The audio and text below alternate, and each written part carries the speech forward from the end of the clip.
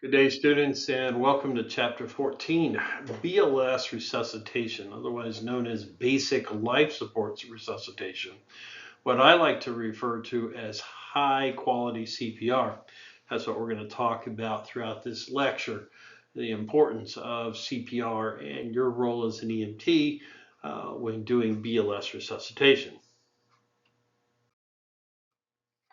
All right, so principles. Since the 1960s, we've been doing CPR. Even prior to that, back in the 40s and 50s, we had some concept of CPR, but we never really had a formula way that was proven by science that it would work. So it was introduced in the 1960s, and being able to provide CPR, specifically being able to practice CPR on mannequins to perfect the technique, was the order of the day.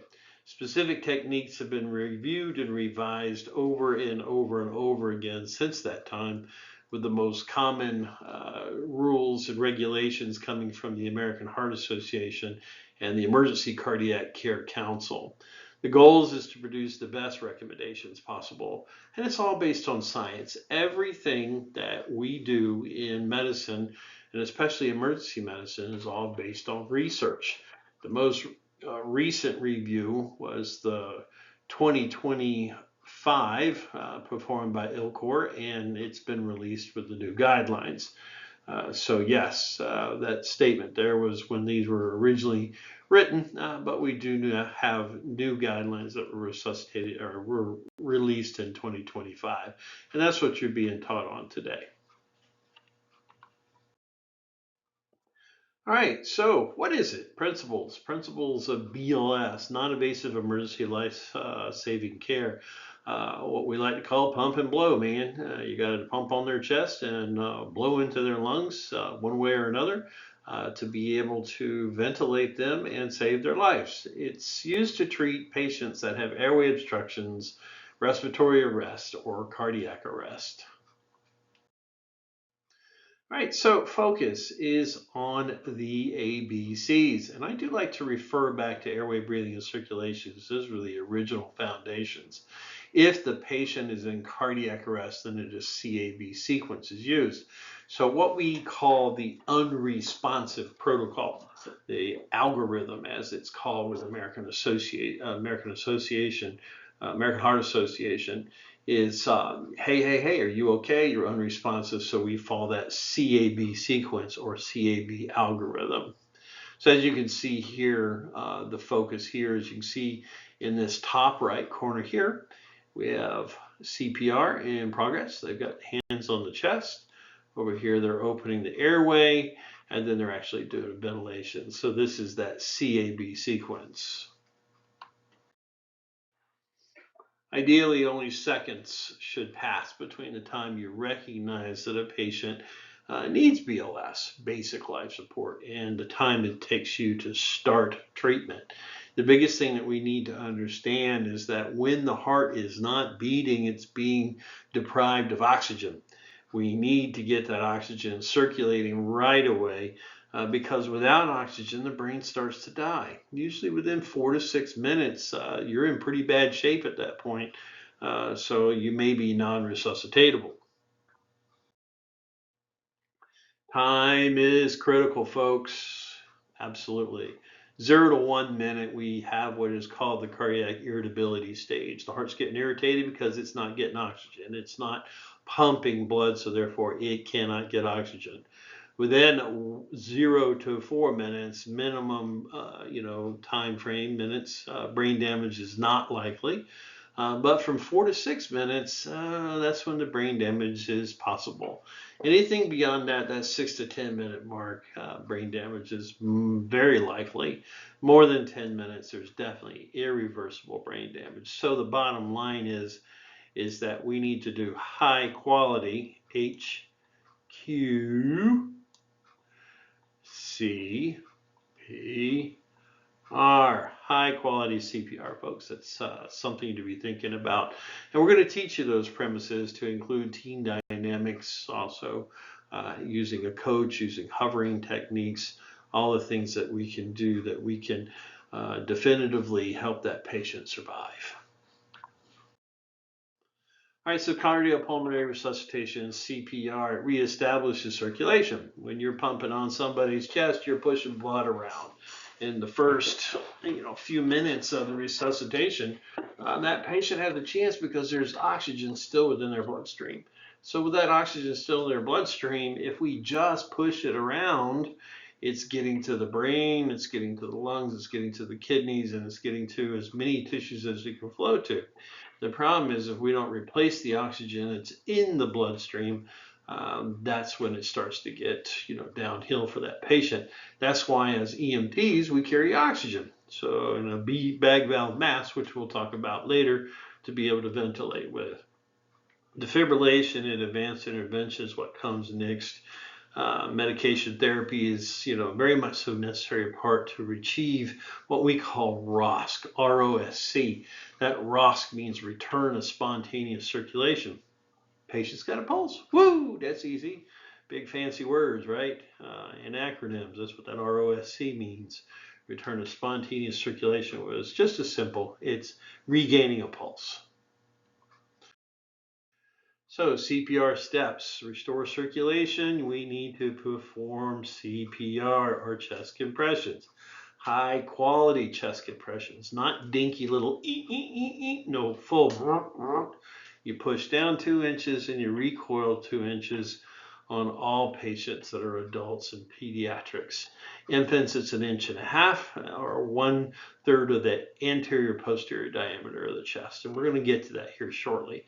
After we beat on the chest a few times, a total of 30 times, we open the airway to restore breathing. So open the airway. I always say open it and clear it. Make sure that there's no gum in there, teeth in there, packets of nicotine in there, whatever the case may be. Make sure to clear that airway. Okay, so recognizing that CPR continuing after determining the scene is safe to enter and taking standard precautions, the first step is to determine unresponsiveness. We are performing what is called a primary assessment. That primary assessment is to address all life breaths. Okay. After determining that the scene is safe, you enter and take standard precautions. The first step is determine unresponsiveness, and that's when you're going to that hey, are you okay? If they're responsive, they don't need CPR. If they got a pulse, they don't need CPR. They may need to be, for you to give rescue breaths, if they have a pulse, but if they have a pulse, they don't need compressions. So if the patient is not responsive, assess for absent or inadequate breathing, what is also known as agonal breathing, agonal respirations. That's just taking an inadequate breath every now and then. They are not enough to support life. And at the same time, while you're checking for that breathing, you're feeling for a pulse. So you put your finger on the pulse, on the carotid pulse, and you look for any signs of breathing for no more than 10 seconds. If you do not find a definitive pulse, assume that the person is cardiac arrest. Don't say, I think I feel a pulse. No, you either feel one or not, because ROSC, or spontaneous circulation, it's bounding. You can feel that carotid pulse, and you'll be able to assess that on the mannequins that we'll be able to show you during your training. So next thing in the chain of survival, we need to think about that chain of survival. It's put out by the American Heart Association. Recognition and activation of the emergency response system. Immediate high quality CPR with an emphasis on compressions, what we like to refer to as high quality CPR. Next one being rapid defibrillation. Next one after that, the advanced EMS, where the paramedics come along. And then after that is post-cardiac arrest care. That's when they get to the hospital or any time that the cardiac arrest event is over. And then finally, recovery. So what does that look like? There it is, the chain of survival. You need to be aware of this. You could see this on your test, especially recognition, activation of EMS, and rapid defibrillation. Those are very important things that need to happen along with the middle one, that is immediate high quality CPR. All right, so positioning the patient. For CPR to be effective, the patient has to be on their back. Otherwise, supine. Folks, you need to know that word. That word is very important. It's part of your vital vocabulary. Make sure you memorize that. They need to be on their back or in a supine position on a firm, flat surface. Soft, squishy beds like a marshmallow does not work. They got to be on a flat surface. So if you need, put a CPR board behind them of some sorts, put them on a spine board, whatever the case may be, because you got to move them anyway, and do compressions. There must be enough space for 2 rescuers to perform CPR. You got to have enough room, and then ultimately, putting that patient on a backboard, just like it says, log roll on a long backboard or a spine board is appropriate. All right, checking for breathing and a pulse. Here's where we talked about earlier. You said, hey, hey, hey, are you okay? Now we're feeling for a pulse. This is the carotid artery that this person is feeling on. You want to push down on the carotid artery and pull back a little bit, because if you push too much, you're just going to occlude the artery. So we don't want to do that. So push down a little bit, lift back a little bit, and then feel for that pulse. Take no more than 10 seconds to do this. Okay, no more than 10 seconds. You're palpating that carotid pulse and you're looking to see if that patient's chest is moving up and down. Here is the carotid pulse, and he's palpating it. The EMT is palpating it there.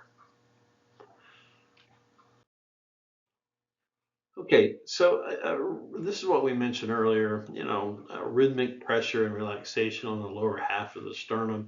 This is that actual chest compressions, that pushing down on the chest. So we're going to pump onto the chest. Hey, hey, hey, are you okay? Feel for a pulse. There is no pulse. Do 30 compressions. 30 compressions. Push down on the chest.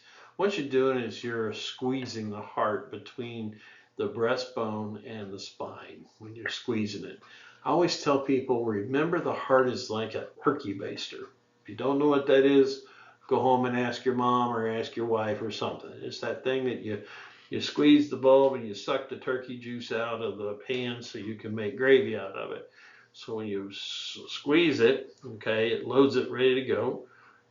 You release it, it sucks the gravy or sucks the juices up, and you squeeze it again, it squirts it out. That's what the heart does. It does it as a 4-chamber heart.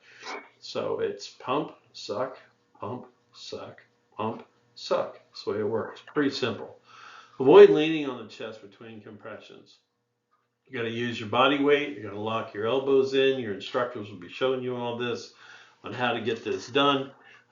Make sure that we're compressing that sternum down at least 2 inches. Here's a diagram.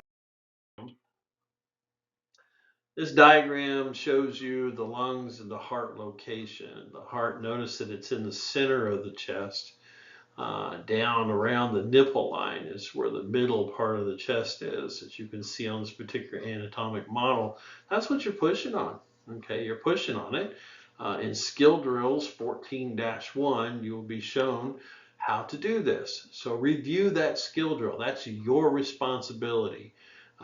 You can pause this and you can go and look at the skill drill, but you need to understand where your proper hand positioning is for the compression technique on 14-1 skill drill. It's found in your book, and you also have a PowerPoint that you should be reviewing as a part of this program. All right, so it shows you here your compressions, you push down. Notice that the elbows of this drawing, this person, they are straight, okay? They are straight, and that the shoulder is in the middle of the chest. So if this person would look to their left, they would be able to see that their shoulders are in line with the patient's nose. This gives you the optimum amount of body weight to compress, because that's what you're doing. And you keep those elbows stiff, because if you're not rocking like this, pushing down with your elbows, locked in the position, you're not going to be able to put enough weight into it, and you're going to tire out. The worst thing in the world is to be doing this. That's incorrect. Absolutely incorrect. You won't survive that one. You'll be tired before you know it. So make sure that you're doing it properly. Look at that 14-1 skill drill. Head tilt chin lift maneuver. That's how we open the airway. After we've done our compressions, we got to open the airway. So the head tilt chin maneuver, okay, here it is. Doing the head tilt and then slightly lifting up on the chin. Not to push very hard on the jaw. We don't want to close the mouth, okay? We want to make sure that mouth stays open. If you see any foreign materials in there, any gum, chewing tobacco, those nicotine packs, whatever, you got to get that stuff out of there. You can do it with your suction unit. Just suck that stuff out. If you need to, you can roll them on the side. You know, if they're a traumatic patient, you make sure that you're securing the C-spine. If they're atraumatic, roll them on the side. Get that stuff out. You don't want to blow that down into their lungs. Now, over here on your right, you see where this young lady is doing a jaw thrust maneuver, okay, onto this female patient. That's where she's pushing up on the bottom of the jaw. You can see it right here. This is where her strength comes from. She's pushing up on the bottom of the jaw in order to protrude the jaw forward to lift the airway off. So this is if there is a spinal injury. We don't want to manipulate. We don't want to do this head tilt chin lift stuff because we'll manipulate the spine. We don't want to do that. So we use the jaw thrust maneuver. Recovery position. Woohoo! This is hopefully your patient starts breathing. Okay, they're breathing adequately. They've got a pulse, breathing. You roll them on the side, and this technique will be practiced over and over and over again during your BLS lab that you're going to have there in class because we need to practice being able to put each other into this position. This is so that it keeps your airway open. If you see here, his hand is resting underneath the side of his face, keeps his head into position in neutral alignment. His body weight is leaned slightly forward, resting on the knee, so it keeps him from rolling back, okay, until he's conscious. And if he does vomit, it comes right out and ends up on the floor, okay, not going down into his lungs. So that's a good thing. Providing artificial ventilations. We got to breathe, okay? If the person's not breathing, you know, they have to breathe. The lack of oxygen, which is called hypoxia, another vital vocabulary word. You've got to remember this. Hypoxia means without oxygen, okay? Not enough oxygen. There's too much carbon dioxide. Too much carbon dioxide is called hypercarbia. Another one of those vital vocabulary words that you've got to know.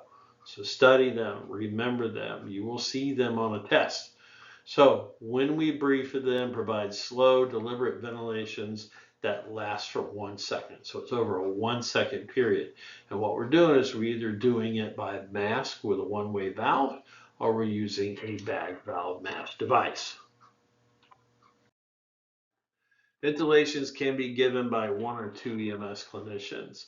Using a bag valve device, I tell you, a bag valve mask device, BVMs are the greatest thing since you know balloons were invented for parties, kind of thing. They're awesome. We like to teach 2 people. That way, one person's holding the mask, and then the other person is ventilating with one hand. You don't need to squeeze the bag with 2 hands. One hand, because there's plenty of oxygen and plenty of pressure that you can provide that patient with a one-hand squeeze. Those bags are about 900 to 1,000 milliliters of oxygen. Oxygen, is being supplemented out of your tank at 100%, and you just need to squeeze half of that. 500 to 600 is what we call our tidal volume that our patients have. So we don't want to overblow them because it can cause a pneumothorax. We don't want to do that. So use a device that supplies supplemental oxygen when possible, such as a bag valve mask. Avoiding hyperventilation and gastric distension. Hyperventilation is when we're pushing too fast. You should be pushing that or squeezing that bag 1 breath every 6 seconds. If you're doing it 1 breath every 2 seconds, you are hyperventilating your patient. Don't do that. There's many things that come out of that, and these are test questions. Hyperventilation decreases cardiac output because you're overinflating the lungs, and the lungs push on the vena cava, so therefore it decreases cardiac output. That's a test question on your CPR exam, so don't miss that one.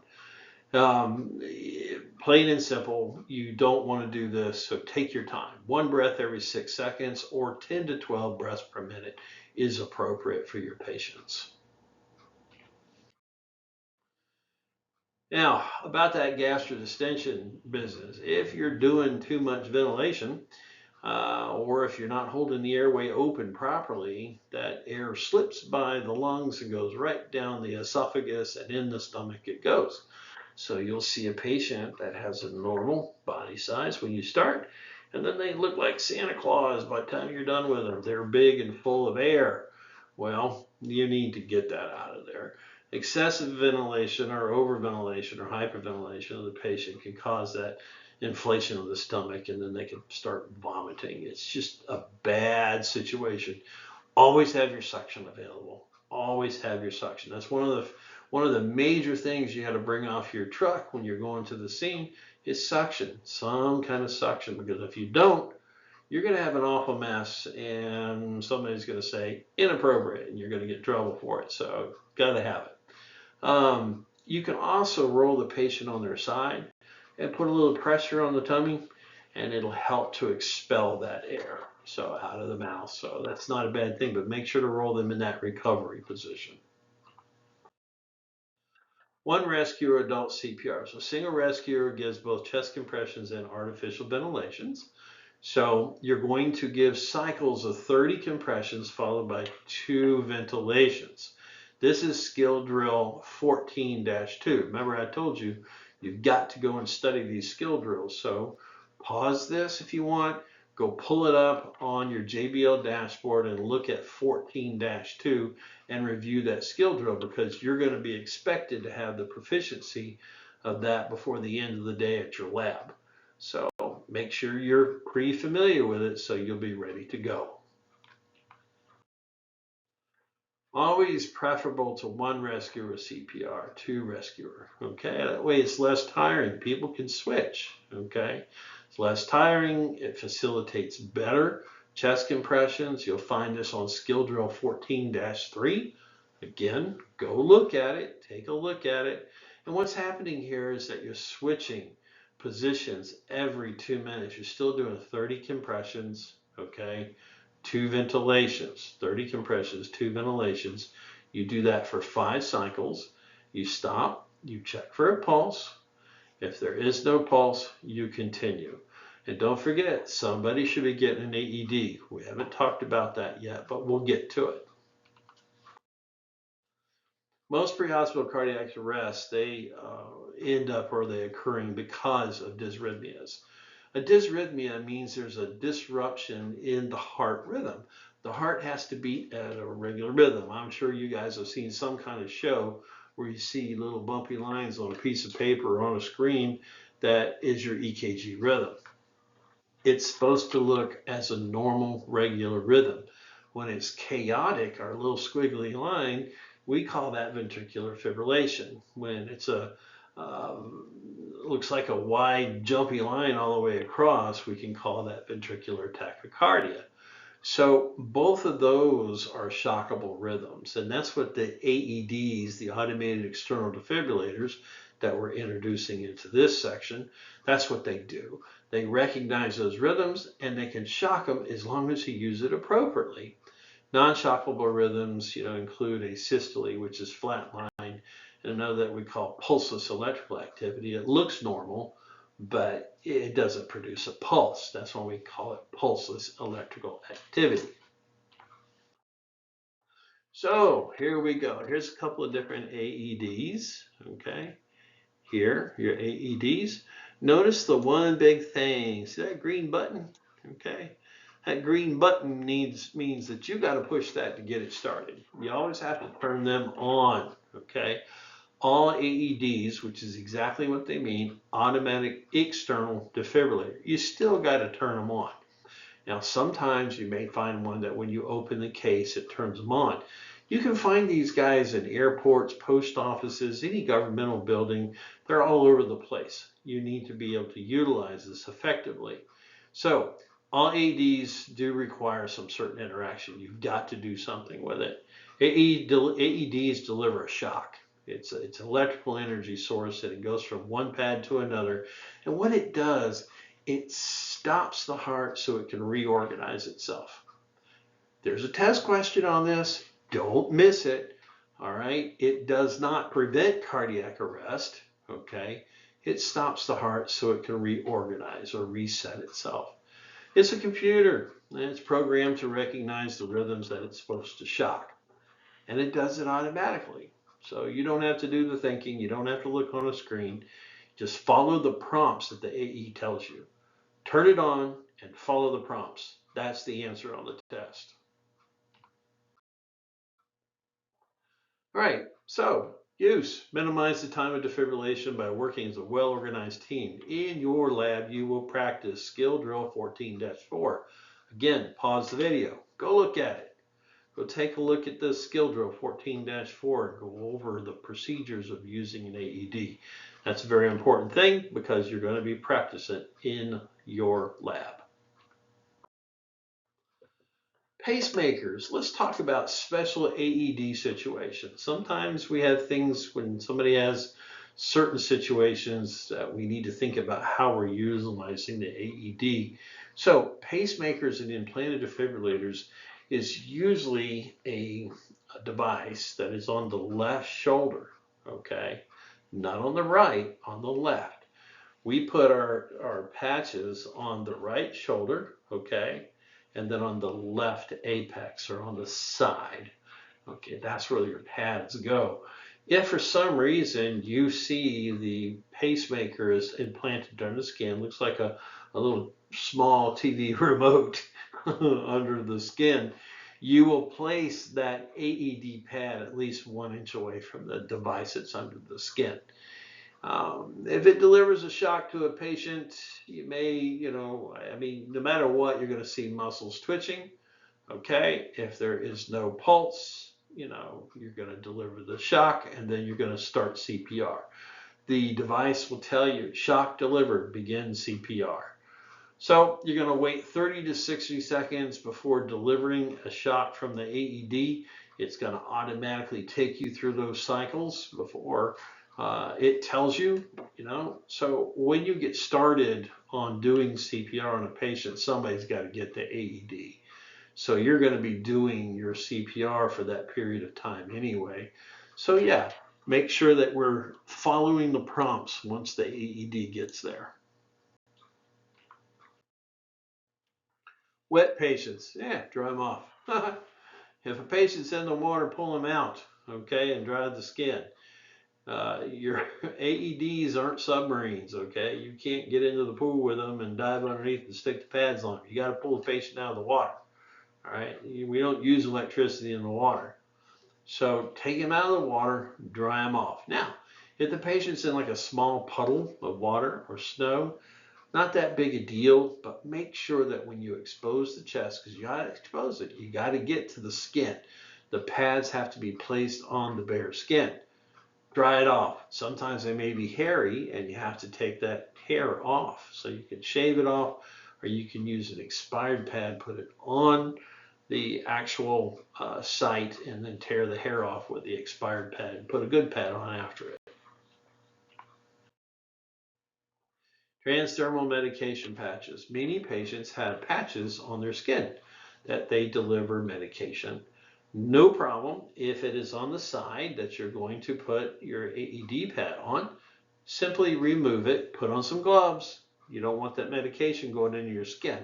Put them on your gloves, take your patch off, and wipe it. Okay, wipe it off really good, trying to get all the medication you can off of it so that the pad will be able to stick. Okay, so after the AED protocol is completed, one of the following outcomes is likely. Either the pulse is regained, remember, ROSC, R-O-S-C. What does that mean? If you said return to spontaneous circulation, you are correct. Or perhaps no pulse is present and the AED indicates no shock. That means it's not going to shock anymore. You're going to be doing CPR as long as the patient does not have a pulse. No pulse is present and AED indicates a shock is advised. Then it's going to recharge again and it's going to shock. And you're going to continue CPR until you achieve ROSC or the machine tells you not to shock any longer. Then you'll just do CPR until help arrives.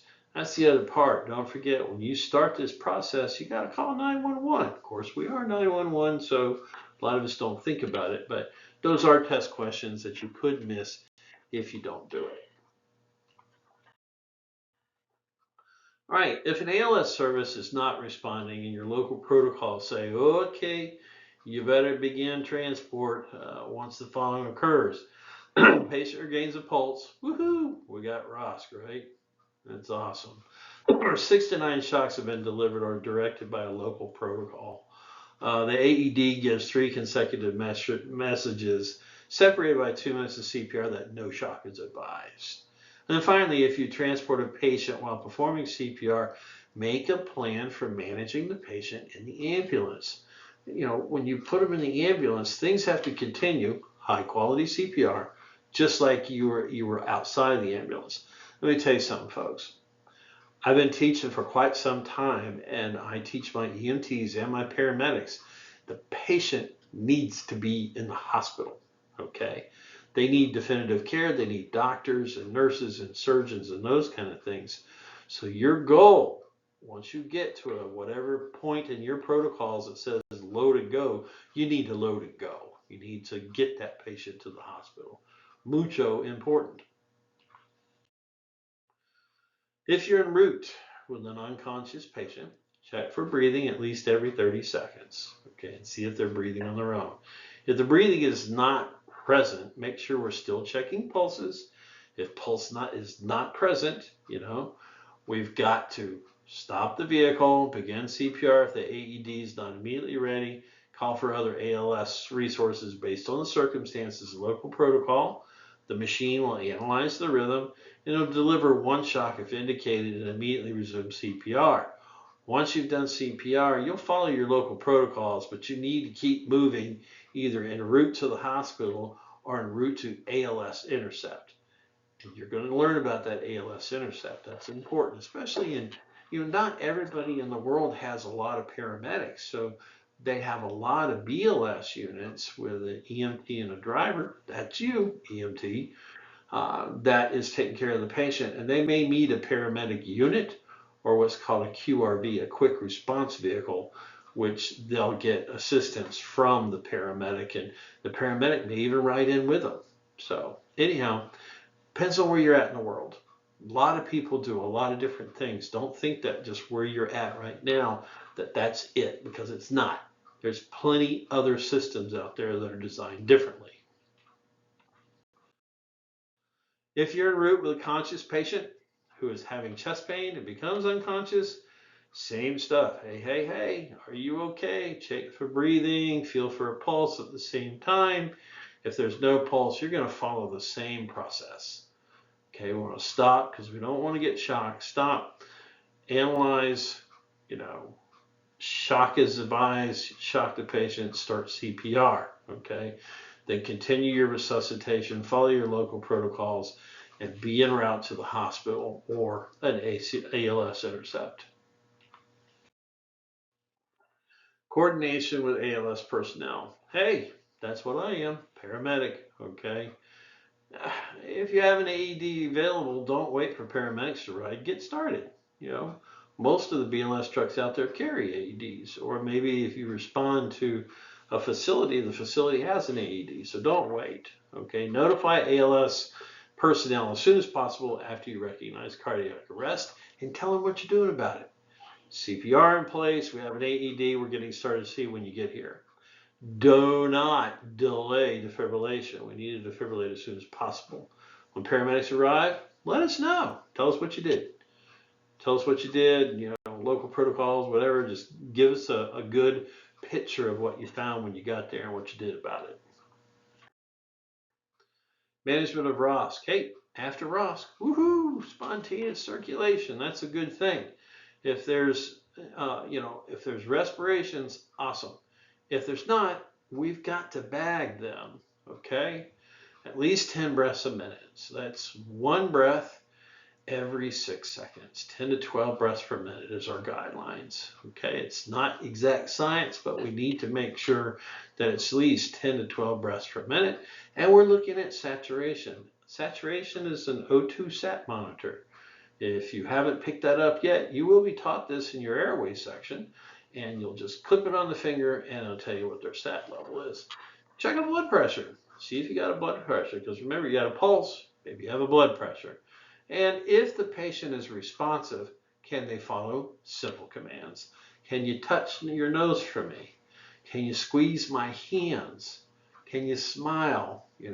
Look at me. See if they're tracking you, moving, in the room, those kind of things. Very important to see what their level of consciousness is with simple things, simple measures, okay? If ALS is not on scene or en route, begin transport, and depending on your local protocols, do an ALS intercept. All right, so become familiar with the maintenance procedures. We're talking about AEDs now. Become, very familiar with the procedures for maintenance with your department, and make sure you read the operator's manual.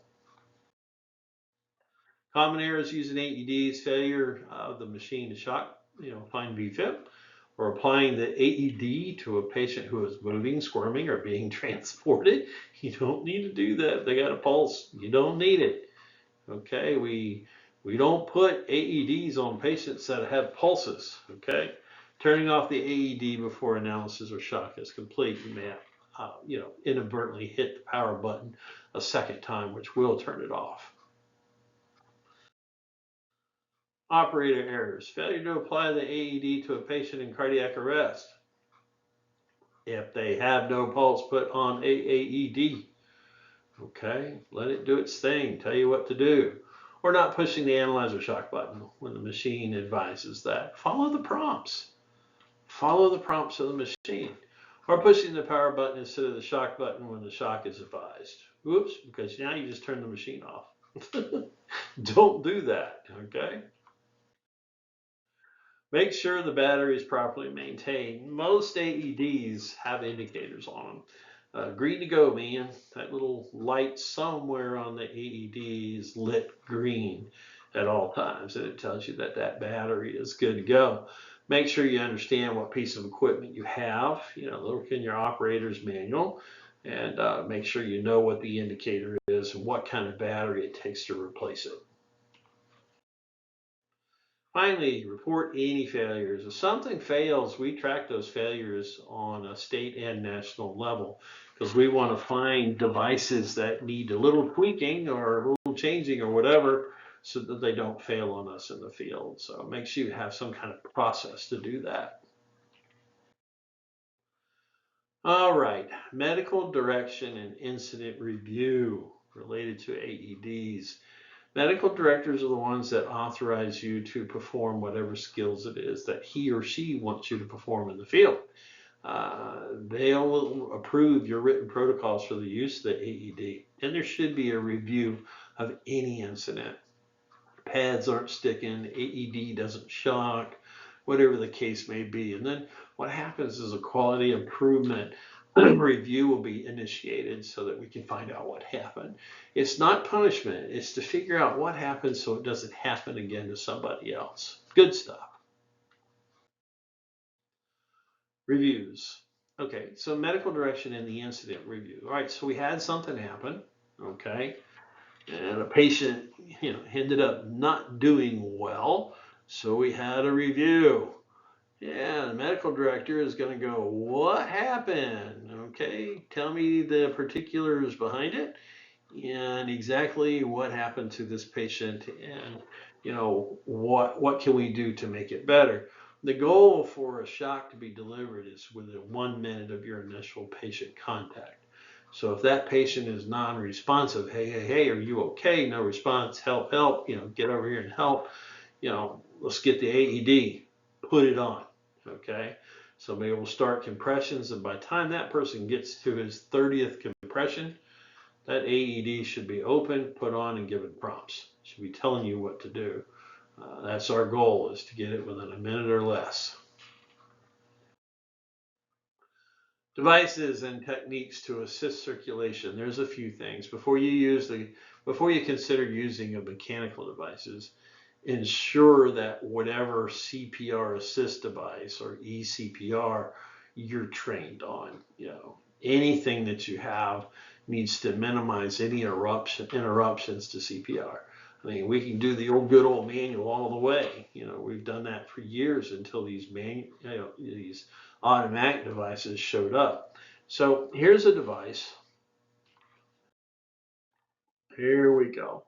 Here is a device that is doing CPR. This is what we mean by a device that does manual CPR. I'm sorry, automatic CPR. This kind of looks like a toilet plunger, doesn't it?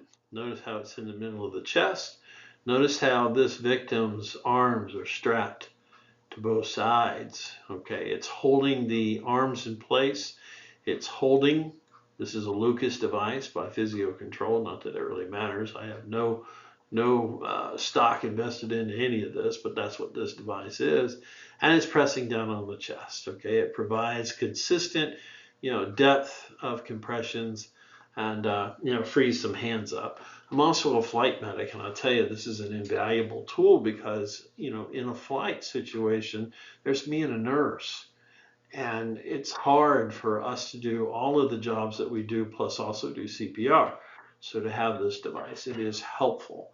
So, and it's just like any other piece of equipment. You have to make sure it stays in the right place, and it's a tool. Everything we use like this is a tool in the field that we need to make sure that we are constantly monitoring its progress. Here's another device. As you can see here, it's right on here, AutoPulse. This device is a circumferential chest compression device. It has a constricting band. That's what this guy is. And when you activate it, when you're doing ventilations, this band's also squeezing the chest and compressing the heart, so it's pumping blood, just like CPR, a lot like the Lucas device. All right, infant and child CPR. I love kids. I would much rather have a child patient. I don't, necessarily, enjoy that or anything, but they're a lot easier than adults because children don't have, for the most part, they don't have the disease processes that adults are, and they don't take a bunch of medications. And usually their problem is airway. It's not a heart problem. So we just fix their airway and their heart follows. So they're a little bit easier. Airway and breathing are the focus on pediatric BLS. Hypoxia is what makes them go into cardiac arrest. What does hypoxia mean? If you said lack of oxygen, you are correct. Okay. What does hypercarbia mean? If you said too much carbon dioxide, you are correct. They go hand in hand. If you don't have enough oxygen, you're going to get too much carbon dioxide building up. And that keeps us in cardiac arrest until we fix that particular problem. So let's think about those things, and let's talk a little bit more about children and infants. Cardiac arrest in children are related to respiratory problems. It could be a traumatic injury, it could be an infection of the respiratory tract, or other problems, other organ systems. Patients, pediatrics, especially little ones, can have croup and epiglottitis. They can also foreign body, especially infants. Infants experience everything through their mouth, whether it's a button, a toy, a car, whatever it is, they pick it up and they put it in their mouth to see what it is. Other things are submersion, otherwise what we call drowning, both near drowning and post-drowning, those kind of things.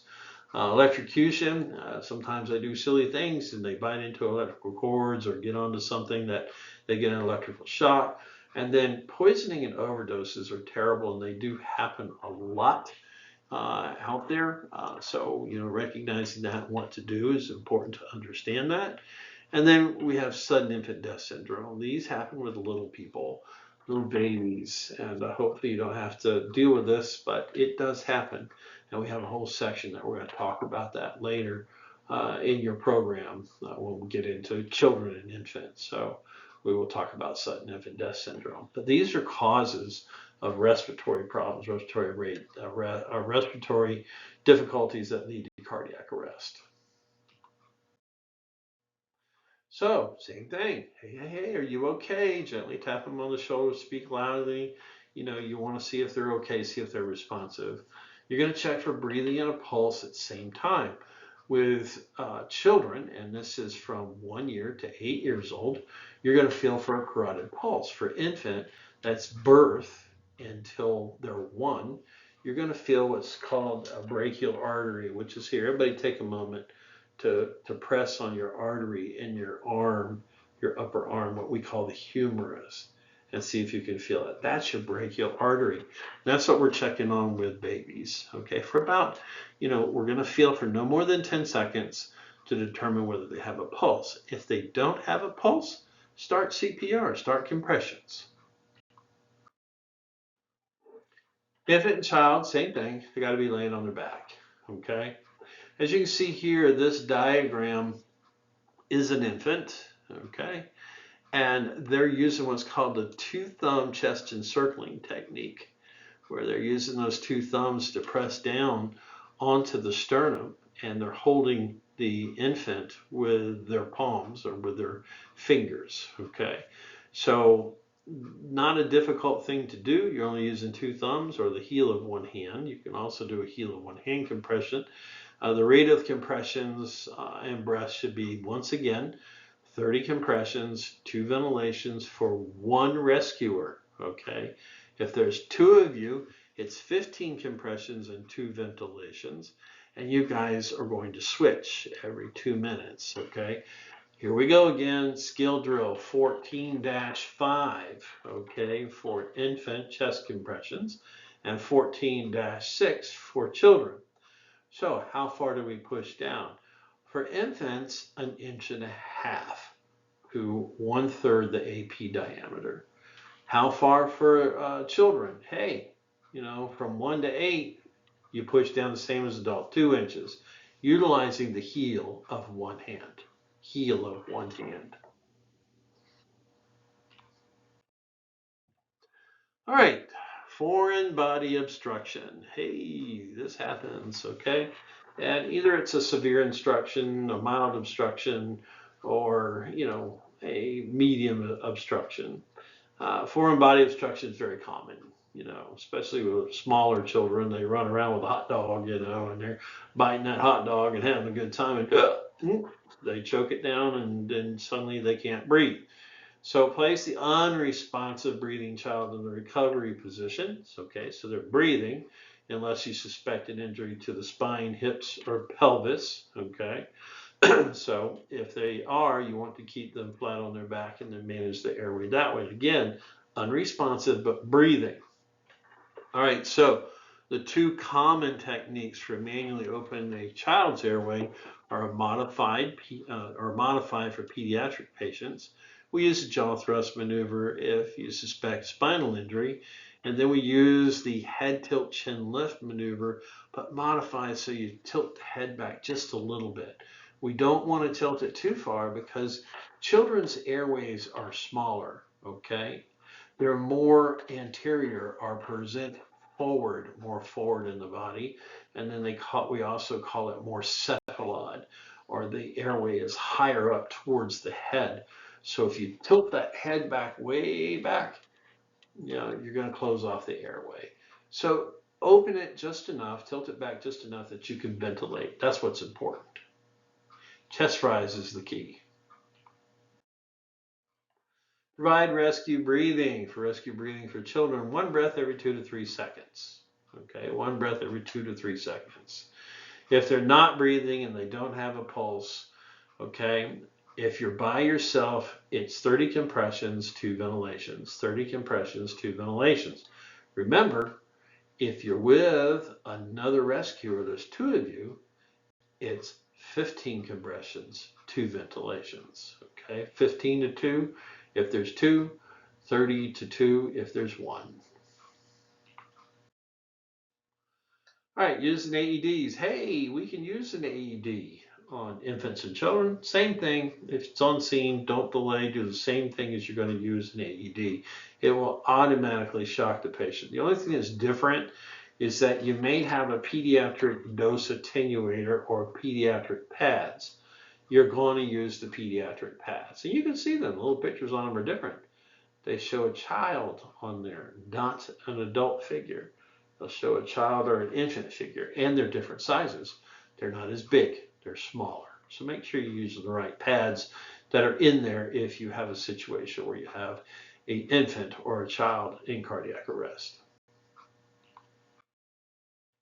Interrupting CPR. Try not to interrupt CPR for any more than 10 seconds, no matter what. That switch should happen very quickly. Chest compression fraction ratios. It's the total percentage of time during a resuscitation attempt in which the chest compressions are being performed. It should be at least 80% or higher. We have machines out there that register this, that can actually give you feedback to make sure you're doing your CPR compressions adequately. It's just a measure of time and how often you delay or how often you stop doing compressions. Determine not to start CPR. There's 3 general rules when we decide not to start CPR. This is when a patient is obviously passed on, obviously dead, okay? The other thing would be unsafe. Number 1 is safety. You know, scene safety, when you walk up on the scene, is the number 1 thing. Remember, there's 5 points to the assessment that we're teaching you. First one is scene safety. Next one is your primary survey. One after that is your history taking. And then the next one after that is reassessment and then secondary assessment. Some books switch those around where you have secondary assessment, then reassessment. You know, make sure that you follow whatever the curriculum is that have that for you, that explain that. But you got 5 points of the assessment. All right, so other reasons why you don't, obvious signs of death, decapitation, if there are mortal signs and symptoms of injuries that when you see it, they're just incompatible with life. Or if a patient and a physician have previously signed what's called a DNR, or do not resuscitate order. I know it says DNAR here, okay? But they're an advanced directive that you learn back in your operational side of it. You know, there's a big talk on, you know, patient consent and those kind of things, the legal portions of it. And we've explained what DNRs are. It's a do not resuscitate order. Most states have them. I think just about all of them have them. But yeah, good stuff if that's warranted. These are patients that are terminal, and they'll have this. Now remember, the DNR, just like you learned in your legal section, is that you still have to provide palliative care. It's just not doing CPR. So you need to breathe for them, okay?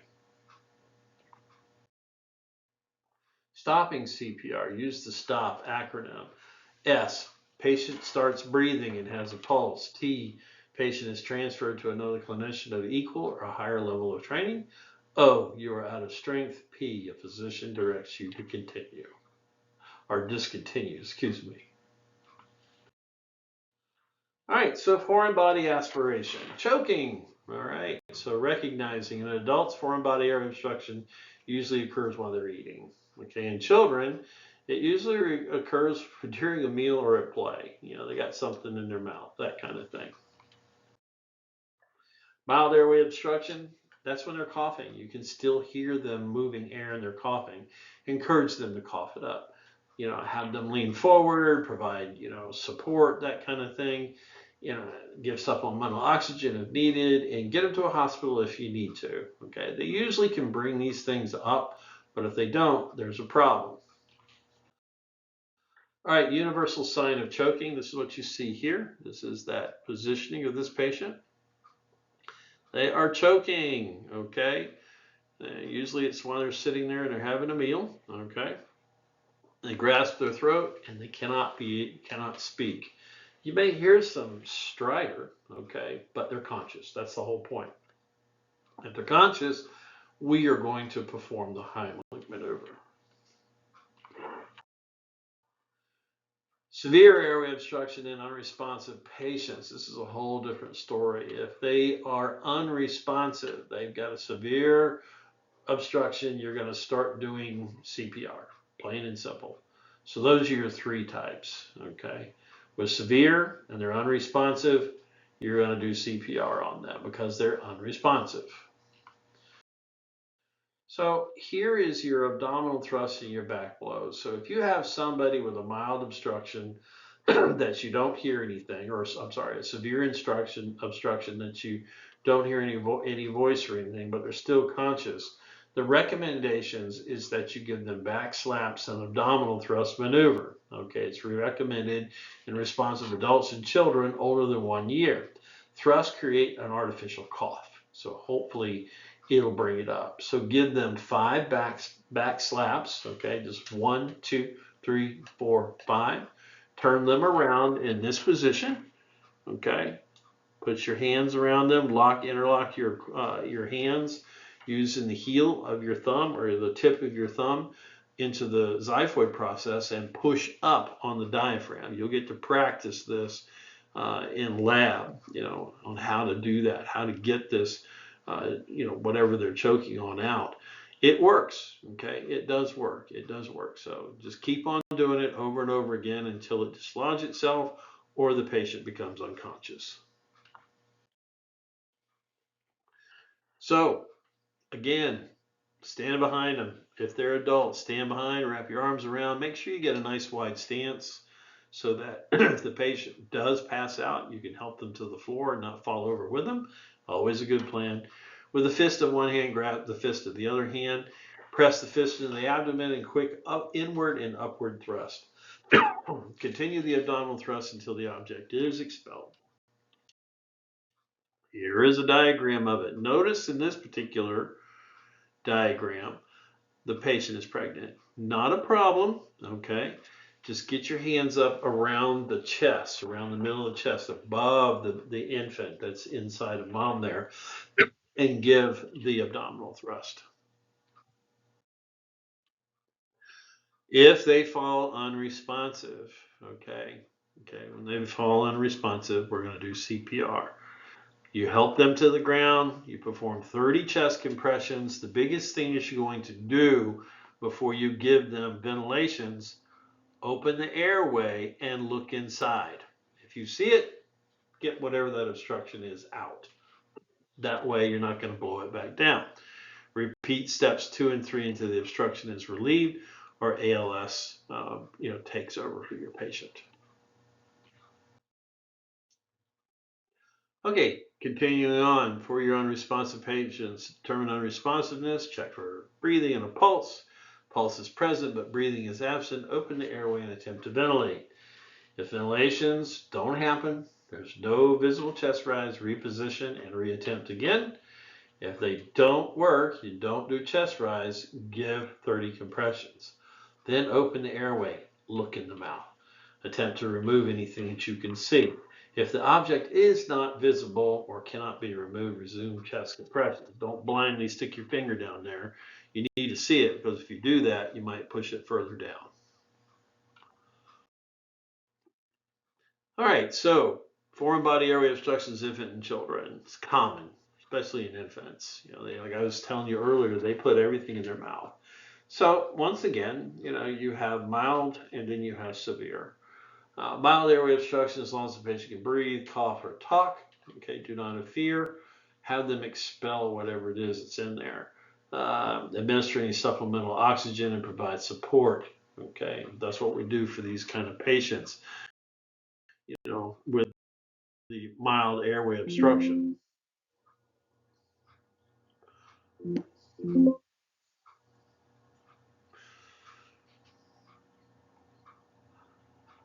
All right, so in this one, removing a foreign body airway obstruction in infants. Okay, pretty simple. All right, remember, even with a mild, they can't say anything to you, okay? So they're responsive. You're going to do back slaps and chest thrusts. Hold the infant face down. Deliver 5 back slaps between the shoulder blades and using the heel of one hand. Place a free hand behind the infant's head and back and turn the infant face up. Then give 5 quick chest thrusts using the heel of one hand on the lower half of the sternum. Check the airway. If you see the foreign body, remove it. If not, repeat the cycle until the infant becomes unresponsive. Then you're going to do CPR. You will practice this in class, okay? When you get through your BLS, you'll actually get the opportunity to practice this. Here's a photograph of that position. Notice how the head is being held in a downward position. If you hold it in a downward position, whoop, that'll come out and hopefully it'll land on the floor when you're doing the back slabs. Notice this child is big. This person has decided to sit down in order to do this. Good plan. This child's big. You don't want to drop them. So make sure you've got them well stabilized in a sitting position is most helpful.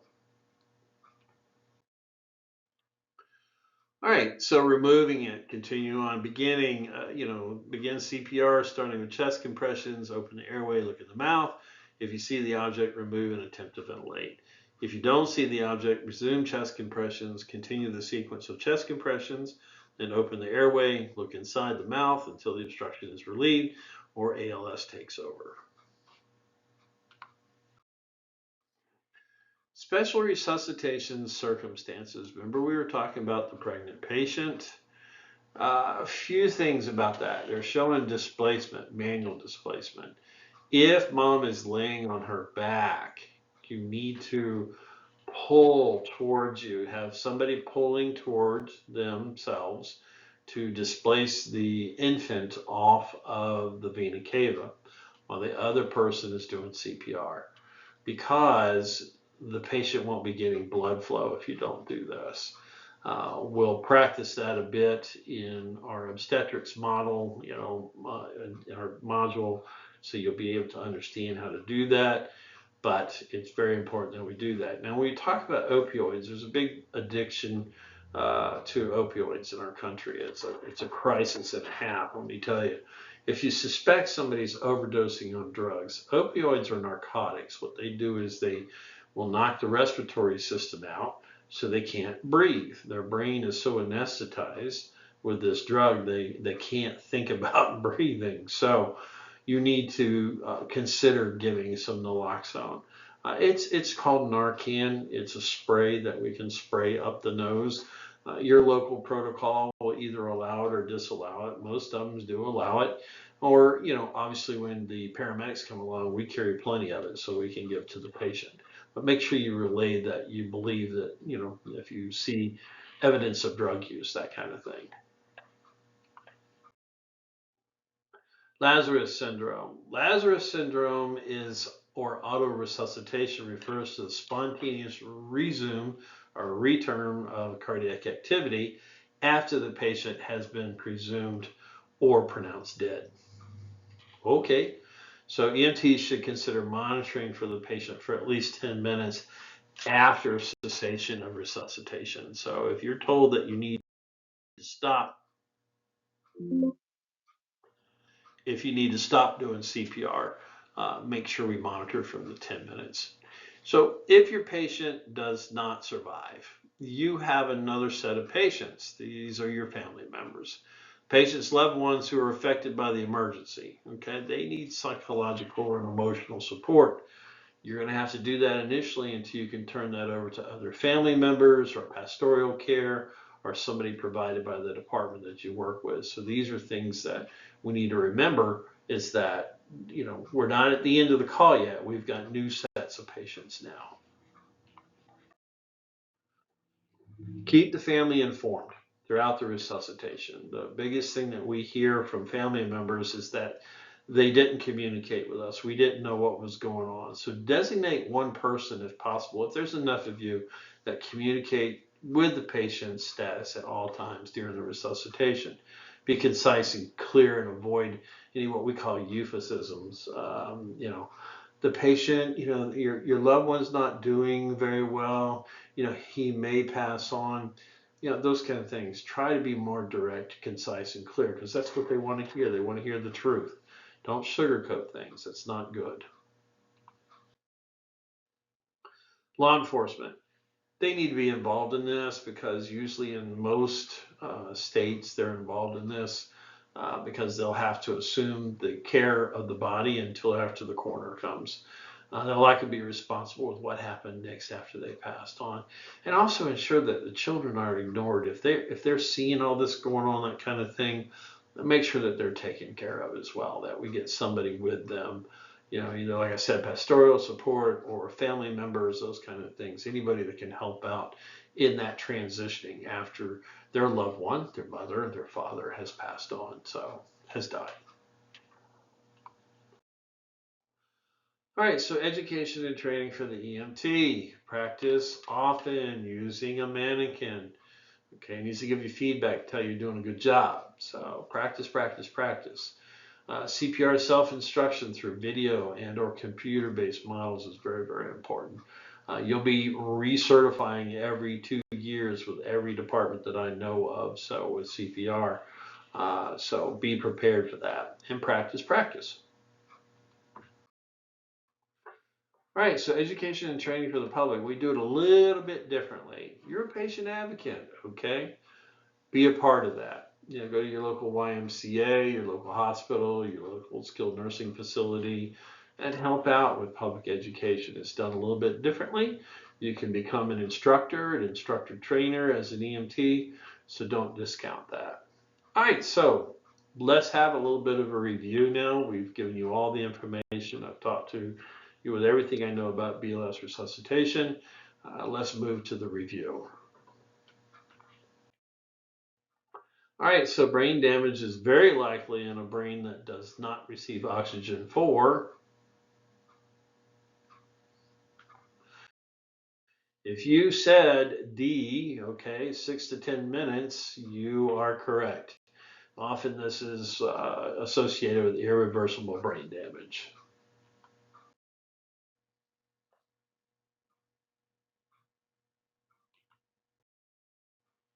Which of the following sequences of events describes the AHA chain of survival?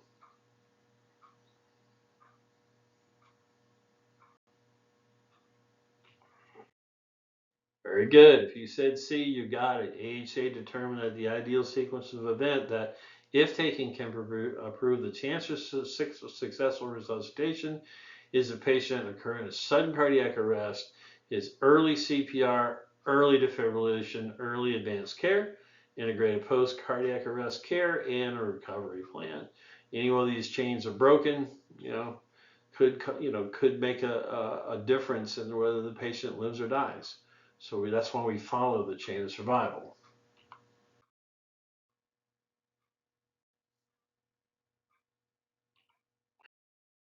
Three, for CPR to be effective, the patient must be on a firm surface, lying in the blank position.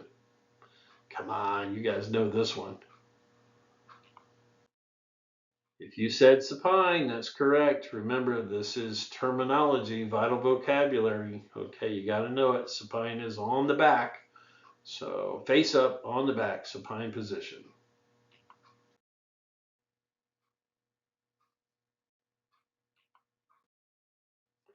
The pulse check should take how often? How many seconds? Come on, you can do it. D, the pulse check should take 5, but no more than 10 seconds. We like to give a range. That's a tricky question. Don't miss that on the test. 5 to 10 seconds, okay? No more than 10 seconds. 5 to 10 seconds.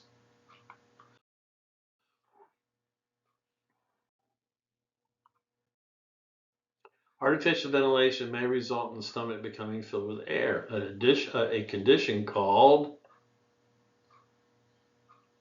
bloating, right? Come on, you can do it. Gastric distension, yes. Artificial ventilation may result in the stomach becoming filled with air, otherwise known as gastric distension.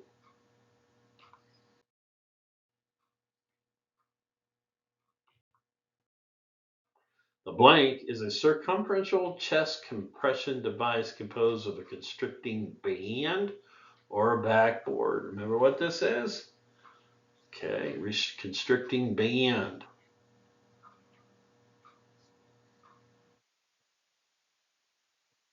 Kind of gives it away, right? B, exactly. It is a low distributing band. Okay. Remember, we identified the product as being called an autopulse. Okay, constricting band.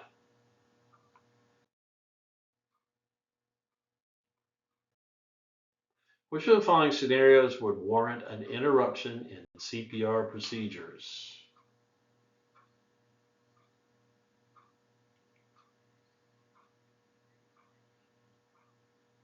You can do it.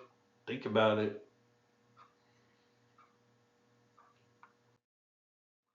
The answer is C. Try not to interrupt CPR for more than a few seconds, except when it's absolutely necessary. Such as you got to move the patient, you got to switch out, those kind of things. We try not to interrupt CPR for any more than 10 seconds.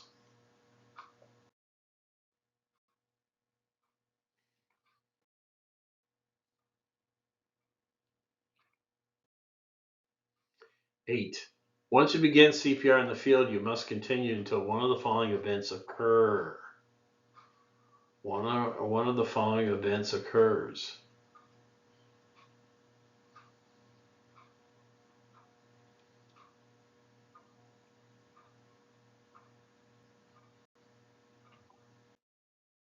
You answered B, correct, using the stop. Okay. T is transfer of the patient. I hope you didn't choose when the ambulance runs out of gas. If you did, come see me. I'd like to talk to you about that one.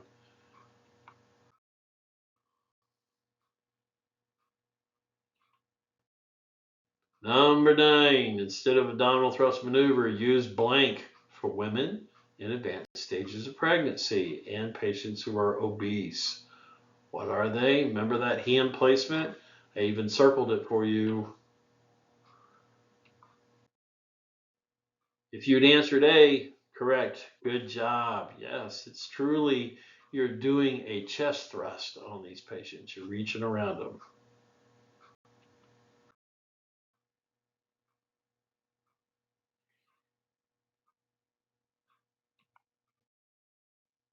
In infants who have signs and symptoms of an airway obstruction, you should not waste time trying to dislodge a foreign body.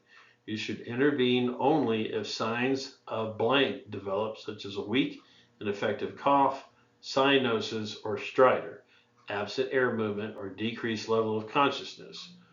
What is the blank? Only if signs of blank develop.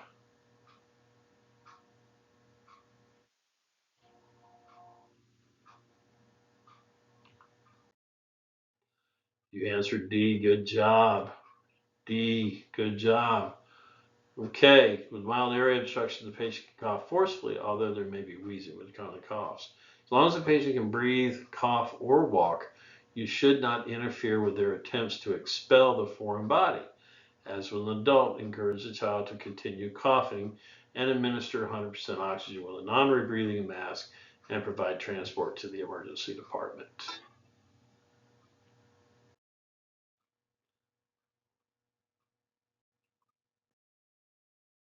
Okay, folks, we've gotten to the end of chapter 14. Basic cardiac life support, or BLS resuscitation. I hope you learned something from this particular slide set. Remember, we're going to be practicing this in lab, so be sure you've got to review those skill drills before you come to lab. With that, thank you very much, and we'll see you next time.